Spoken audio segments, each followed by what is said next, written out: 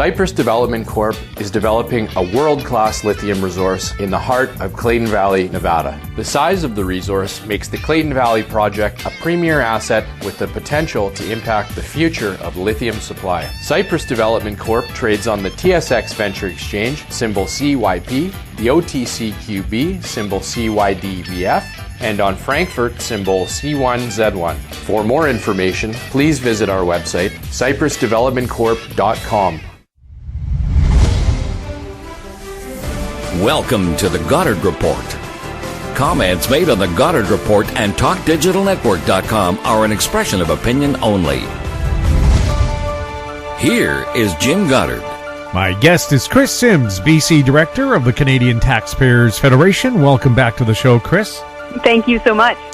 Kris, Vancouver drivers, BC drivers in general, paying very, very high gasoline prices. The BC municipalities or the BC Utilities Commission was supposed to investigate about why we're paying such high prices, and they still have this 13-cent gap that they can't account for. What kind of an investigation was this that they can't find a gap? It's one of those strange situations from many angles. So first, from the government angle. This provincial government, the BC NDP Green government, is the same one that increases the carbon tax on fuel like gasoline and diesel in order to deter use. It's a form of a consumption tax. They want people to basically not be able to afford to fill up their vehicles, at least at all or at often, so that they use it less or make different choices, as they like to say. For a lot of working people, that just literally means that the money's coming out of their grocery budget because they don't have any other options, especially for those people who commute down from the Fraser Valley and they're not on a rapid transit link. So they want to deter use. They like the idea of high gasoline, high fuel prices. It's totally in their wheelhouse. That is a feature, not a bug. But then they'll turn around and on the other side of their mouth say, oh my gosh, look at these horribly high gas prices. We should strike a commission and find out what's happening. But the catch is you're not allowed to look at the actions of government investigators. You can't look at us and what we're doing. So number one, that means that taxation is off the table and we pay some of the highest gas taxes in all of North America and in Canada. So about 54 cents per liter, depending on the cost of the liter, about 54 cents per liter in Metro Vancouver is taxes. So there's that. So, and then they say, okay, well, we're looking at, before taxes. Why is the price still so high? Well, the same provincial government, the same ones who are increasing the carbon tax, are the same ones who have picked a fight with Alberta. They have opposed the expansion of the Trans Mountain Pipeline. The Trans Mountain Pipeline currently runs from Edmonton to Burnaby, as we all know. Right now, it is a mixed-use pipe. So what's happening is a lot of product is getting crowded, and some are taking priority over others. We have a supply problem for gasoline product in Metro Vancouver. This is a fact. All industry experts and petroleum analysts understand and accept this. So if we expand it, that would then free up room in the tube, so to speak. But they won't do that. And then they still throw their hands in the air, mystified as to this high gasoline price that they engineered and that they actually want.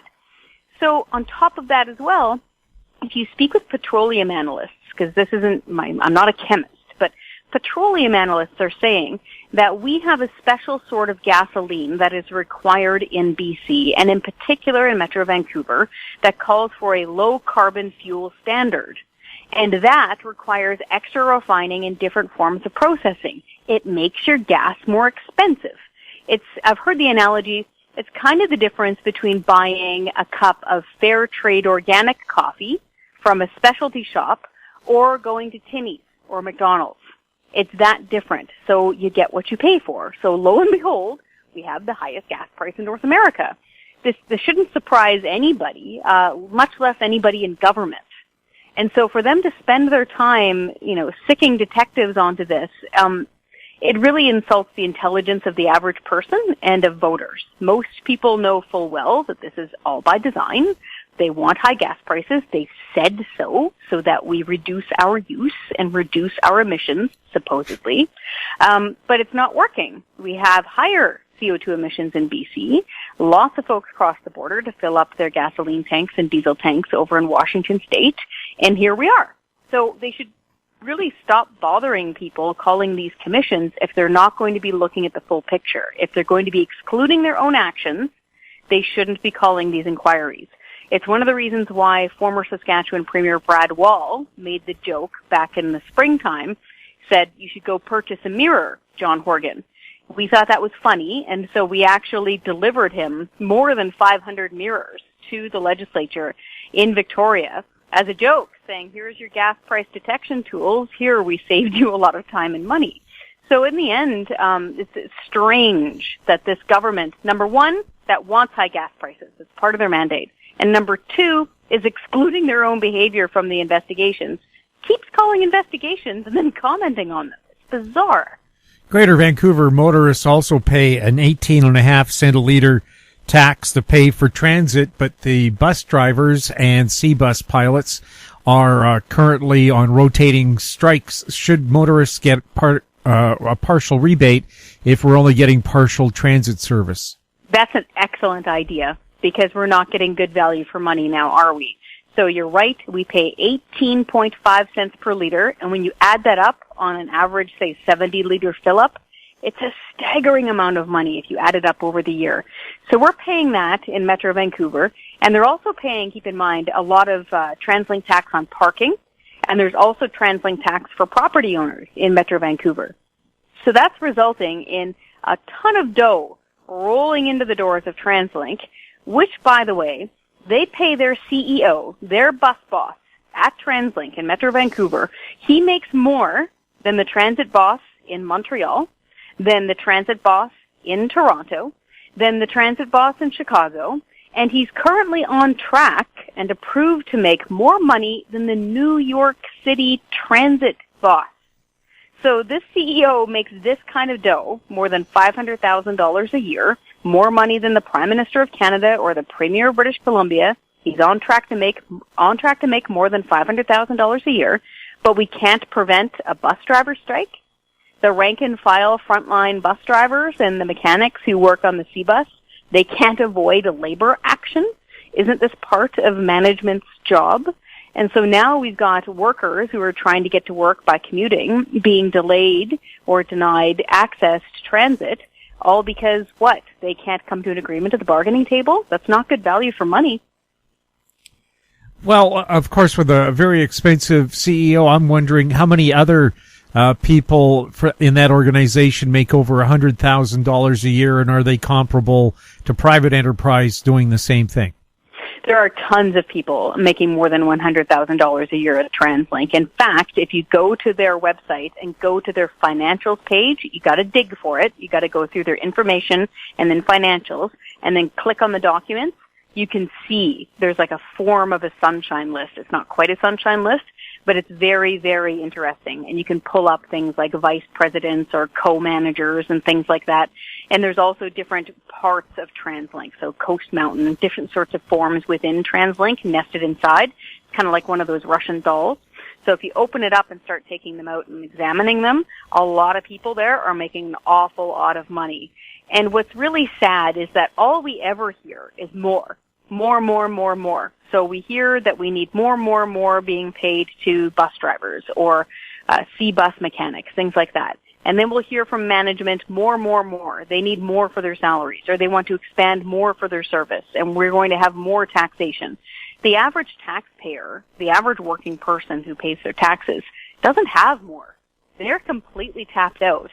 It's one of the reasons why that most recent survey was so shocking, that report that came out that a lot of Canadians are $200 away from insolvency, or $200 away from hitting the ground not being able to pay their bills and make ends meet.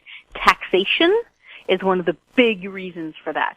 And so there has got to be a culture change when it comes to things like transit service.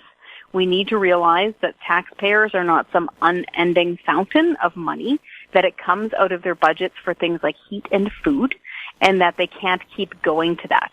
So we got to have a serious change here, and we want to see reforms at TransLink. And frankly, rolling back the TransLink tax would be a great way of putting pressure on them and a gesture of goodwill towards the motorists in Metro Vancouver.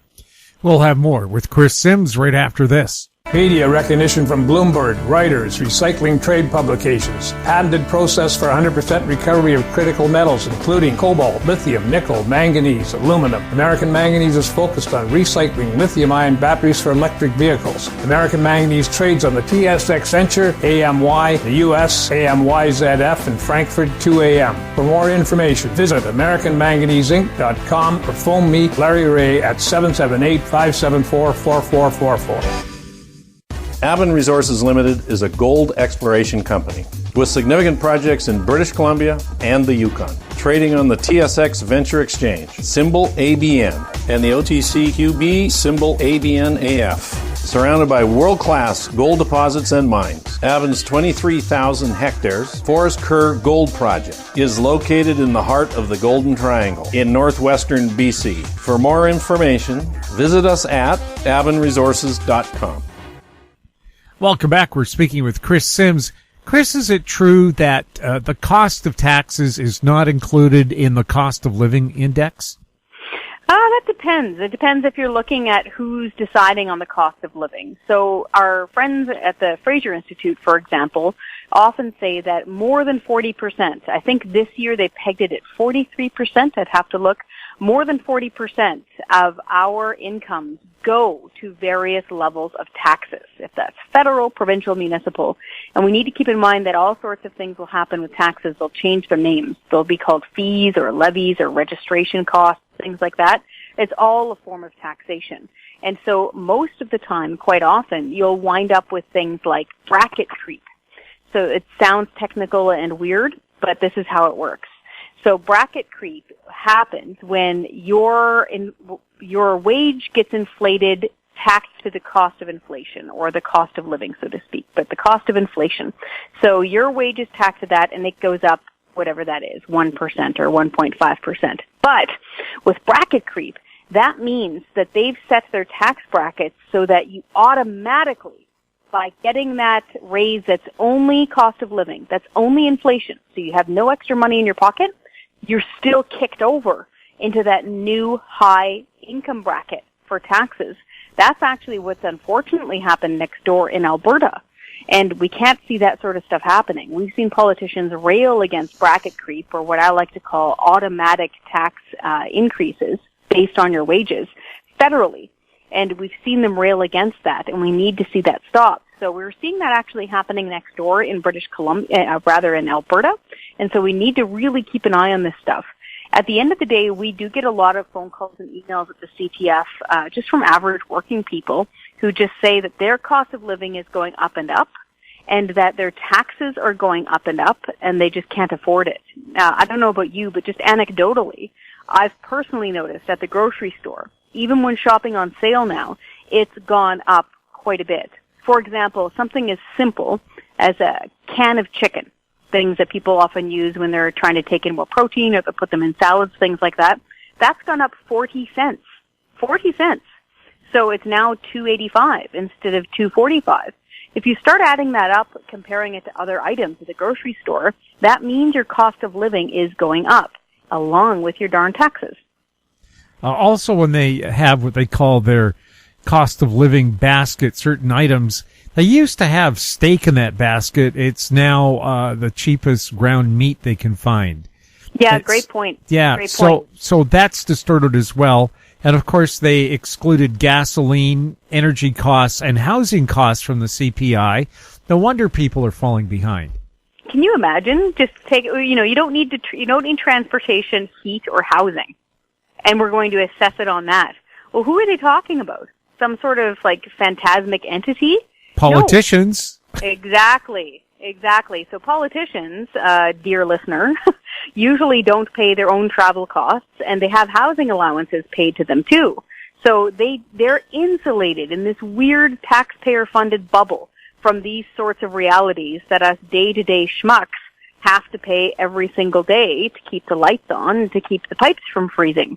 It would be nice to see those sorts of incentives rolled back for politicians. One, because it would save taxpayers money, and two, it would stop insulating them from the realities of existence. It was one of the things a lot of people, like her or dislike her, that a lot of people took note from Margaret Thatcher. Because she was raised, as they said, above the shop, her father was a shopkeeper and they lived in an apartment above their family store, she personally always tried to remember how much a jug of milk costs. Because to her, that was symbolic and real. And if she understood what a jug of milk costs, she was better able to stay connected to normal people. And if you don't, you'll wind up coming up with crazy things like 18.5 cents per liter, and you'll wind up coming up with crazy ideas like holding an inquiry into your own doings. Well, also, too, with the Premier laughingly saying, oh, what's 1.5 cent more per liter? But doesn't that account, as they say in the Trucking Association, everything in your house came in a truck? Well, that means that cost is going to be added to every item that you own. Exactly. Absolutely everything. So unless, it was brought to you by drone from Amazon or something, it came to you on a truck. If it's your furniture, if it's your food, if you're getting wood delivered, for example, to heat your home or anything like that, it came to you on a truck. And then it was delivered also by a courier vehicle. So the big semi-truck, those big tractor trailers we see on our highways, they bring it to the main store or to the sorting depot, and then often a delivery truck will bring it a shorter way from that. So that's two separate systems that they're working with there. All of it subject to the carbon tax. So that is why we keep saying if you increase the carbon tax, you increase the cost of everything. Because not only does it affect your own personal vehicle or the cost of transit, because the transit buses almost all use diesel. Some of them actually still use gasoline, depending on where you are. It also increases your cost of municipality, because your municipality has to fuel their vehicles and heat their hockey rinks and their rec centers. Natural gas is also carbon taxed. So when you increase the carbon tax, especially in a place like BC, you increase the cost of absolutely everything. And so the Premier shouldn't be laughing at that of 1 or 2 cents. Those cents really, really matter, and they mean millions of more dollars dumped into government coffers, which in real money is millions fewer dollars in our pockets. I will also remind the Premier that he is the one, it was his party, when the BC Liberals were in power and they imposed this carbon tax on us in the first place, his NDP party had campaigns to axe the tax. It was the carbon tax they were talking about. And when the BC Liberals called their carbon tax revenue neutral, it never really was, other than the first year they tried to implement it. When they called it revenue neutral, the NDP, through Carol James at the time, who was leading it at the time, and who is now finance minister, she called that lipstick on a pig, meaning the carbon tax is a pig and it's eating through our wallets. Well, we agree with the NDP of that era. We wish they would go back and check their notes and stick to them. We'll have more with Kris Sims right after this. Engineer Gold Mines is focused on the exploration and development of the historic high-grade Engineer Gold Mine situated 32 kilometers southwest of Atlin, British Columbia. Engineer Gold Mines is fully permitted for surface and underground exploration with the 2019 drill program now underway. Engineer Gold Mines Limited trades on the TSX Venture Exchange, symbol EAU. For more information, please visit us at engineergoldmines.com. Don't miss out. Stay informed. Receive the HowStreet.com weekly recap with thought-provoking podcasts, radio, and articles delivered to your inbox. Sign up for the HowStreet.com weekly recap on our homepage at HowStreet.com. Welcome back. We're speaking with Kris Sims. Kris, the leader of the official opposition, Andrew Scheer, and the Premier of Saskatchewan met with the Prime Minister recently and said after the meeting, nothing's going to change. He doesn't seem to have realized that the majority of Canadians did not vote for him and perhaps are looking for something different. What should be the first order of Parliament be once they resume in early December? What we're hearing from a lot of our supporters, especially here in Western Canada, is a real sadness and frustration that they're just completely not being heard. They're not being listened to. They're being dismissed. And a lot of them feel that way and know that way, should put it that way, because what's happening in the energy sector in Alberta. And this isn't one of those things where the price of oil is just dropped and it's a blip, or it's up and down, or it's a slight downturn. There's a real crisis going on in Alberta right now and in parts of Saskatchewan, because we need to remember that a lot of people fly in to work in Alberta in the energy sector. And that energy sector provides Canada with a ton of tax revenue. Just the straight up income tax coming from the folks working in places like the oil patch builds hospitals, entire school districts can be built based on the amount of tax coming out of Alberta's energy sector. And so when they see things like the tanker ban that happened, legislatively speaking, in Ottawa, when they see foot dragging on things like the Trans Mountain Pipeline and the killing of Energy East, they think that the federal government is out to get them. And based on the last federal election, it's very regional and very fractured now. Anybody with an ounce of brain looking at the map can see the huge regional divides now happening in Canada. The Prime Minister must, because he is a minority government now, work with these other parties. He really needs to clue that in. And he really needs to listen to them about their major regional issues. I think it's quite easy to say that much of the West is concerned about energy. And so something like the energy corridor that was recommended by the Conservative Party, and if the NDP had come up with it, we'd agree with it too. We don't care about the party. The idea sounds good though. If you come up with something like an energy corridor where you go through all of your consultations, all of your checks and balances, all of your discussions in that one geographical area, and then it's set and good, then you don't need to reinvent the wheel every single time you plot a new course for something like a pipeline. And so that sounds very efficient and very fair for all parties involved. So if the Prime Minister could take that idea and use it, even if he wants to claim it as his own, who cares? If it gets the job done, that's fine. Then we can get moving on things like that. We also need to get the Trans Mountain Pipeline that taxpayers now owned, twinned, and sold back. The public taxpayers shouldn't be owning a pipeline like this. Government is very bad at running things. They can't even pay their own people properly in Ottawa. Their payroll software system called Phoenix has been shortchanging people on their pay now for years. Like, people have lost their homes, their credit rating is shot. So this is a software payroll program. Imagine them trying to run a pipeline. We can't have that happen, especially long term. So we need to get this thing done, twinned, and sold back into the private sector and off of the hands of taxpayers. If they started doing things like that, and making gestures and motions like that with groups like the Conservatives and the NDP, especially at the committee level, then we might be able to get some good policy out of this minority government. But they have to take it seriously. And actually, speaking from experience of working on Parliament Hill, where you get that done is at committee.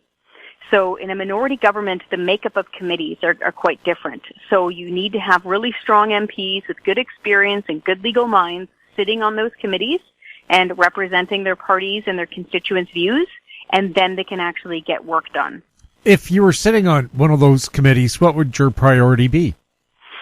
So from the CTF's perspective, one of the main issues that we have is, again, the issue of the pipeline here in Western Canada. It's always top of mind. Every time we ask our members and ask our supporters, what do you care about most?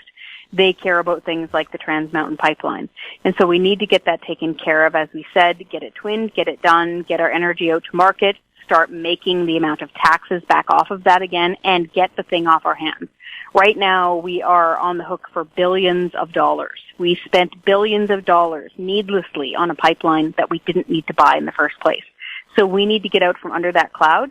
And second, we need to really, really rein in this deficit spending. To have folks campaigning openly, saying, I have no intention of balancing the budget, really, ever. Deficit spending forever? Wow. That is real money. Those are real bills. They will never disappear unless we pay for them. And our kids are going to be paying for it with interest. So it is just fundamentally irresponsible. It's immoral to hand that kind of deficit spending on to the next generation, unless you're in the middle of a massive crisis. Like, there's no war that has been declared. We aren't in a massive financial crisis, but they're still spending like crazy. So they must get that under control. So we want to see those two major things. The energy sector taken very seriously and dealt with fairly so we can get it back on track. and stop this deficit spending. Kris, thank you so much for chatting with us. Thank you for caring. My guest has been Kris Sims, BC Director of the Canadian Taxpayers Federation.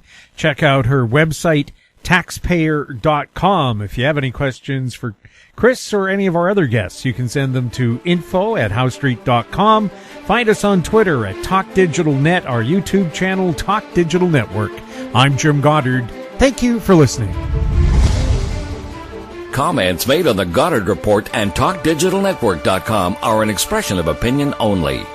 The Goddard Report is available online and mobile at TalkDigitalNetwork.com. The Goddard Report is a production of How Street Media Incorporated.